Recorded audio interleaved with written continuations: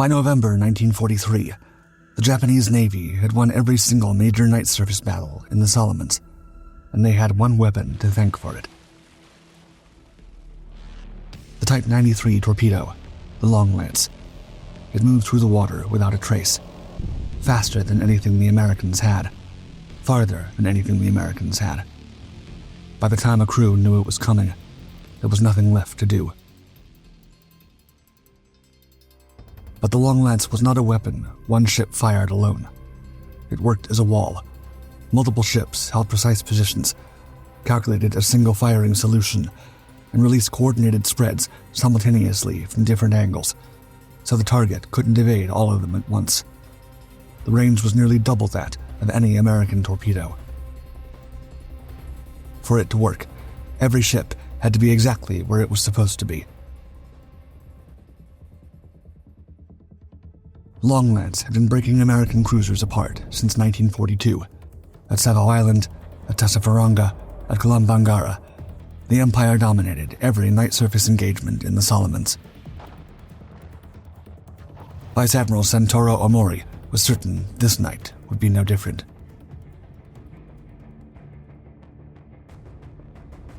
On the evening of November 1st, 1943, his fleet had barely made port after days at sea, escorting a convoy from Truk when the orders came.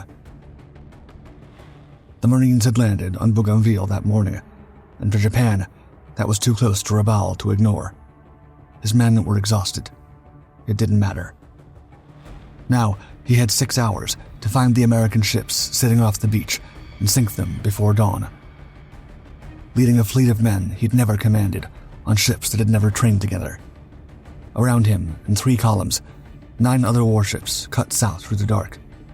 2 light cruisers, 6 destroyers, and another heavy cruiser, Haguro. 20 8-inch gun barrels between the 2 heavy cruisers alone. That was all before even counting the Long Lances. En route to Empress Augusta Bay, Omori cut the transports loose the moment they fell behind and pushed south with just the warships. American aircraft had been tracking him since he left port, and at 1:30 a.m., one of them found Haguro in the dark, a near miss close enough to send a shockwave through her hull and drop her speed to 26 knots. The entire formation slowed around her. 2 180-degree turns while the float plane went out to scout, ships supposed to be 540 yards apart, now running at 325. The light cruiser Sendai drifting from 1,100 yards ahead of Miyoko to almost beside her. Haguro was slightly damaged, and Omori's formation was in disarray when the float plane report came in on the radio. It was better than he could have hoped. 1 American cruiser in the bay. 3 destroyers. Transports were still unloading on the beach. The Long Lance had torn apart far worse.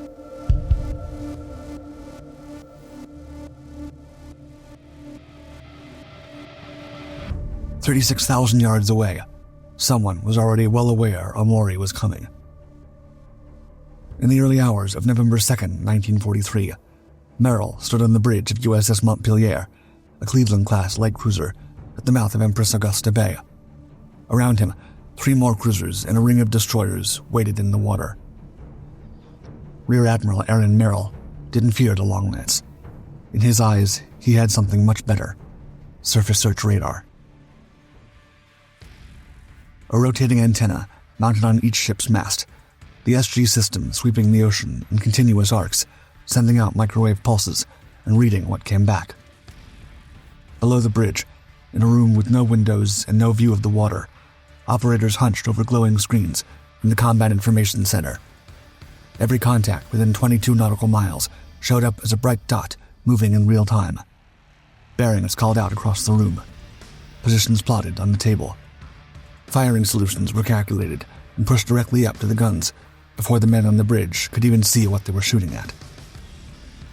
Where previous commanders in the Pacific, including Omori, had no choice but to stand on their bridges and fight only what they could see, with radar, Merrill could fight by looking at a map. Knowing every course change and every 180-degree turn of the incoming formation, Merrill had built his entire plan around staying far enough back to remain outside Japanese torpedo waters, where the Longlands could reach his cruisers. Still, he'd be close enough that their radar-guided guns could find everything else. Captain Arleigh Burke would take his 4 destroyers ahead into the dark and hit the Japanese northern flank with torpedoes first. Commander Bernard Austin's 4 destroyers would drive into the southern flank. 2 hammer blows from opposite sides, while Merrill's cruisers opened up from long range with radar-guided gunfire the moment the Japanese turned to react.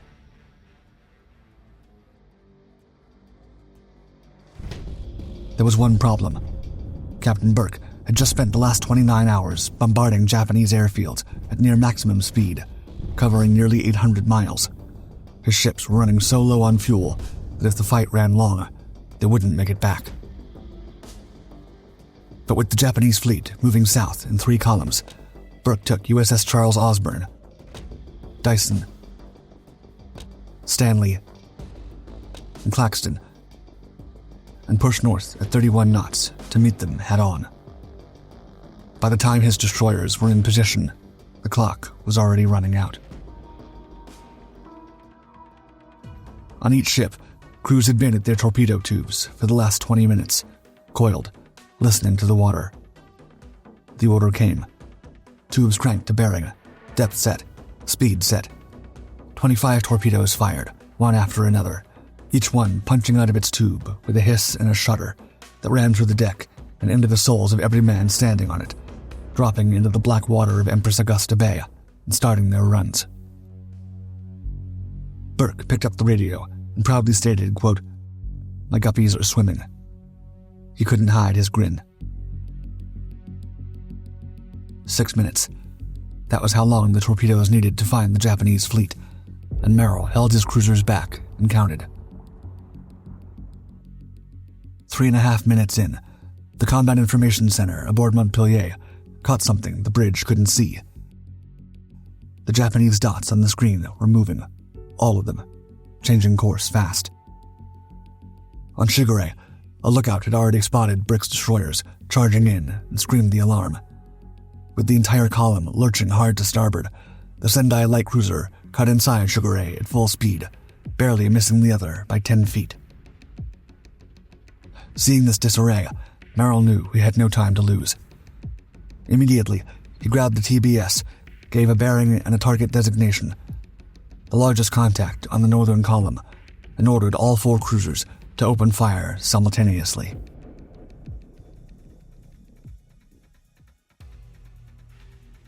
Every report coming into Omori's hands said they were winning.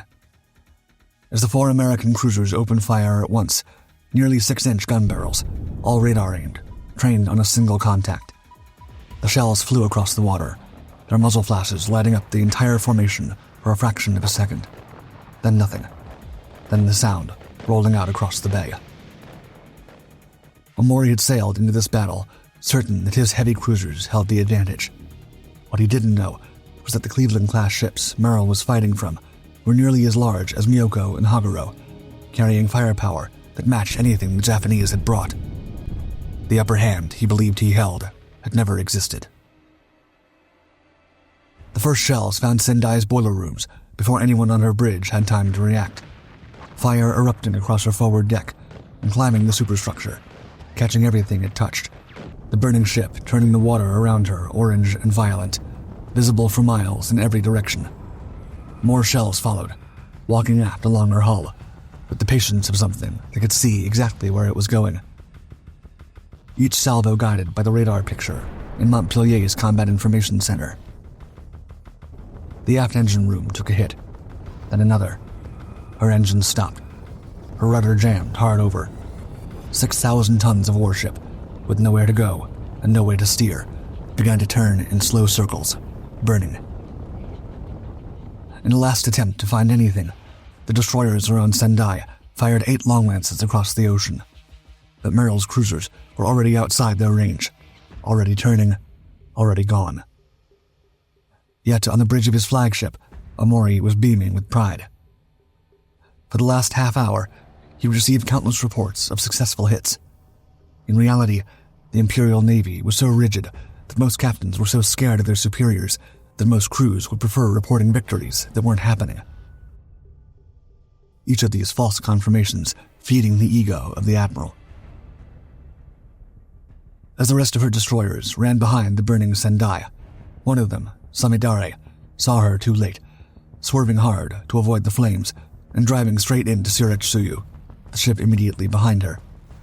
The impact peeled back hull plating on both vessels, knocking them both out of the fight and sending them limping northwest at reduced speed, trailing damage into the night. The entire Japanese left flank had just destroyed itself, without a single American shell ever touching them. An 8-inch shell can tear open any cruiser, but only if you know where to aim it. Off his port beam, Omori watched Sendai, his own light cruiser, endlessly circling on fire in the water, unable to stop, unable to steer. To anyone watching, it looked like a catastrophe. But the hit reports told a different story. To him, losing one light cruiser was an acceptable trade. Fully believing the Americans were losing, the Imperial Admiral turned back to his guns. Miyoko and Haguro were firing back, both heavy cruisers sending 8-inch salvos across the water toward the American formation, their gunners scanning the surface for muzzle flashes, for wakes, for anything to aim at. But there was absolutely nothing. Thanks to the American radar, Merrill's 4 cruisers were tracing a continuous figure 8 through the water, turning before the Japanese could lock a firing solution. Turning back before they could track the turn. The CIC feeding course corrections in real time, while Omori's salvos landed short or ahead or wide. Every single one of them was a dud. It all seemed lost, but Japanese aircraft arrived at 3:20 a.m. and dropped their own flares. For a brief moment, every single one of the American cruisers was lit up, every hull exposed against the water, and Omori's gunners finally had something real to aim at. Miyoko and Haguro found their range. The light cruiser Denver took 3 direct 8-inch shell hits in quick succession. All 3 shells failed to explode. Even when Omori tried firing star shells to illuminate the Americans, flare rounds were designed to light up the surface and expose whatever was moving out there. Fed up with the close call, Merrill ordered smoke. Chemical clouds mixed with funnel smoke poured from every cruiser in the formation, billowing across the water and swallowing the light from the Japanese flares. Behind that screen, the American ships were already turning, already gone, already invisible on every frequency except one. On Montpellier's radar screen, the entire picture was visible. Every Japanese ship, every course change, every wasted salvo falling into empty water. Their next moves before they made them.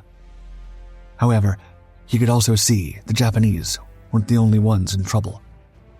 The chaos was spreading to the American side too.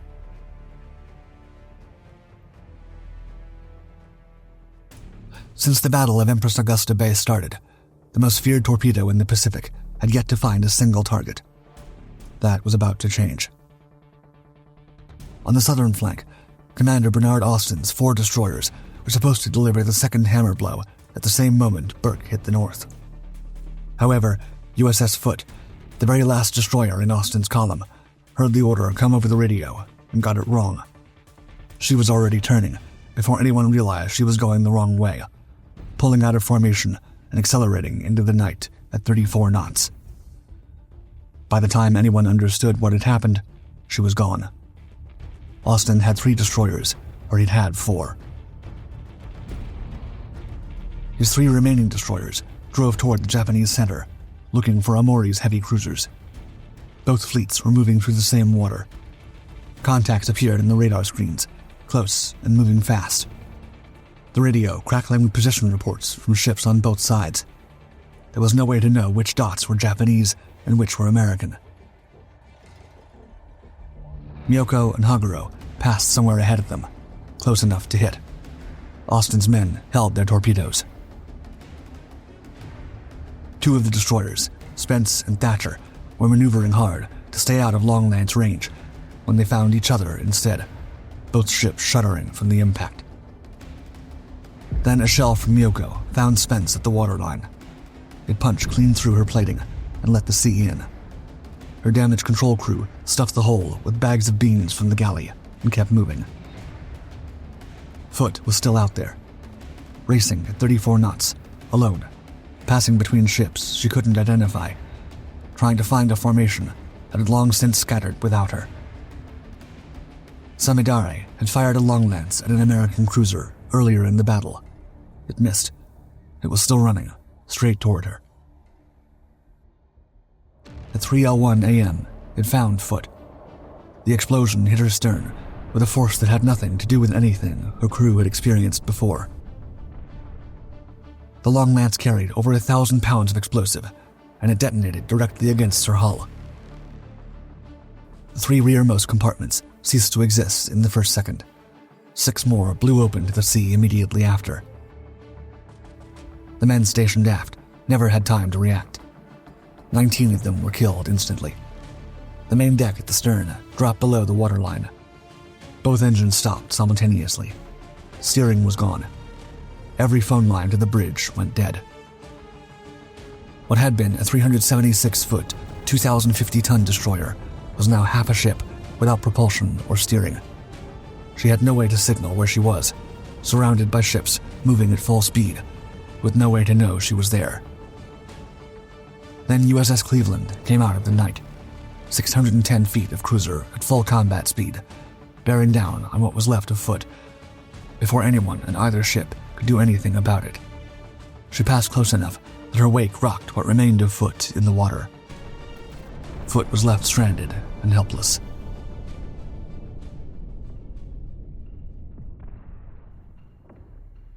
Across the bay, a blind Japanese column was engineering a much larger disaster. Rear Admiral Osugi had been at full speed since the battle started, his column charging around the outer edge of the fighting for the better part of an hour. It was his first night surface engagement. He had done what he was trained to do: go forward, go fast, go aggressive. The problem was that nobody had told him where forward was. By 3:05 a.m., he had nothing to show for it. He brought his column back around to the west, toward Omori's heavy cruisers, toward the only part of the battle he could still find. Miyoko and Haguro were already moving through that same water in the opposite direction. Hatsukaze was the third ship in Osugi's column, a Kagero-class destroyer, 2,033 tons, 388 feet long. She'd made it through the first hour of the battle without taking a hit. American shells were already landing around her when Osugi ordered the reversal. The cruisers somewhere to the south tracking her on radar and walking their fire toward her. She turned left to avoid the incoming shells. The water around her erupted. She turned right to regain her position in the column, swinging back toward where she thought her formation was. Miyoko was already there. At 3:07 a.m., Miyoko hit Hatsukaze at full combat speed. The armored bow went through Hatsukaze's forward section and sheared it clean off. Not bent, not crumpled, sheared. The entire bow of the destroyer, everything forward of the bridge, separated from the rest of the ship in an instant. The severed section wrapped itself around Miyoko's bow, caught there, and was dragged the full length of her port side as the cruiser kept moving. The grinding ran the length of the ship. The chunk of steel that had been Hatsukaze's bow crushed the main deck structure as it went, tore 2 torpedo tubes completely from their mounts, and finally broke free into the water, somewhere aft, and sank. Haguro, running directly behind Miyoko, swerved hard to avoid Wakatsuki, the last destroyer in Osugi's column, missing her by a margin nobody stopped to measure. The moment Miyoko's speed dropped from the collision damage, American radar found her. She'd been maneuvering for an hour, invisible, impossible to fix a firing solution on. Now she was slowing, a stationary contact on every screen in the formation, and shells started falling around her before her crew had time to assess the damage. The only piece of Hatsukaze that would make it back to Rabaul was still wrapped around her bow. What was left of Hatsukaze was still afloat. Her aft section, everything behind where the bow had been, was somehow still moving, the open end of her hull held together by whatever her damage control crews could manage. Making only 10 knots, she turned north and tried to run. Hatsukaze was limping away with her entire bow missing, while the slowed flagship was left exposed under American guns. Yet, through the smoke and fire, Admiral Omori was looking at a completely different battle. The hit reports kept coming in as the guns went quiet. To Omori, there was no doubt his torpedoes found American cruisers. He saw the explosions with his own eyes, geysers of water rising in the night, the kind of detonations that meant something large went down. Then, the American cruisers were gone. In the chaos of a battle fought blind, disappearing and sinking looked exactly the same. In his assessment, he won. He saw Sendai burning off his port beam earlier. His own light cruiser, circling, on fire, was completely unable to steer. He noted it and kept firing. This was an acceptable cost of battle, not a catastrophe. His lookouts called out contacts all night, shapes in the water that resolved into ships and disappeared again, every contact looking larger than it was, every shadow becoming a cruiser, the night inflating his enemy, until, by the time Omori assembled his pure picture of the battle, he believed he fought 7 heavy cruisers and 12 destroyers. He actually fought 4 light cruisers and 8 destroyers. He did not know Hatsukaze was running north with no bow. He did not know Foote was sitting dead in the water. He did not know the Americans had lost nothing. At 3:37 a.m., Omori ordered a withdrawal.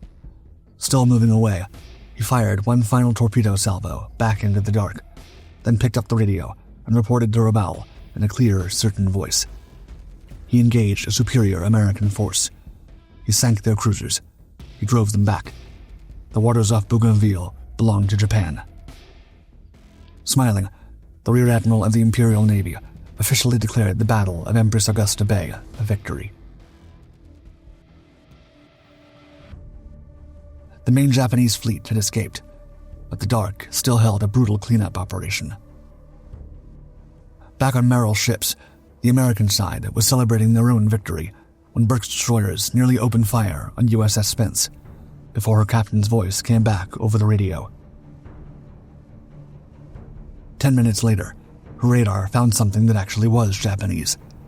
Hatsukaze had been running north since the collision, her entire bow gone, the open end of her hull held together by whatever her damage control teams could manage. She spotted Burke's destroyers closing in, and her crew went back to their guns. It didn't matter. Spence and Burke's destroyers had her surrounded, outgunned, and alone. She went down at 5:19 a.m. Of her crew, 164 were lost, including her commanding officer. Now, the leftover ships were easy pickings, including the majorly struggling and still circling Sendai. She'd been doing it for almost an hour, the same slow, helpless loop. Her rudder jammed hard over, her engines long dead, fires still burning across her deck and superstructure. From miles away, she was visible, a point of orange light turning in the water, broadcasting her position to anyone who cared to look. Her crew was still aboard, still alive, still waiting for something to come out of the night. Burke's destroyers found her.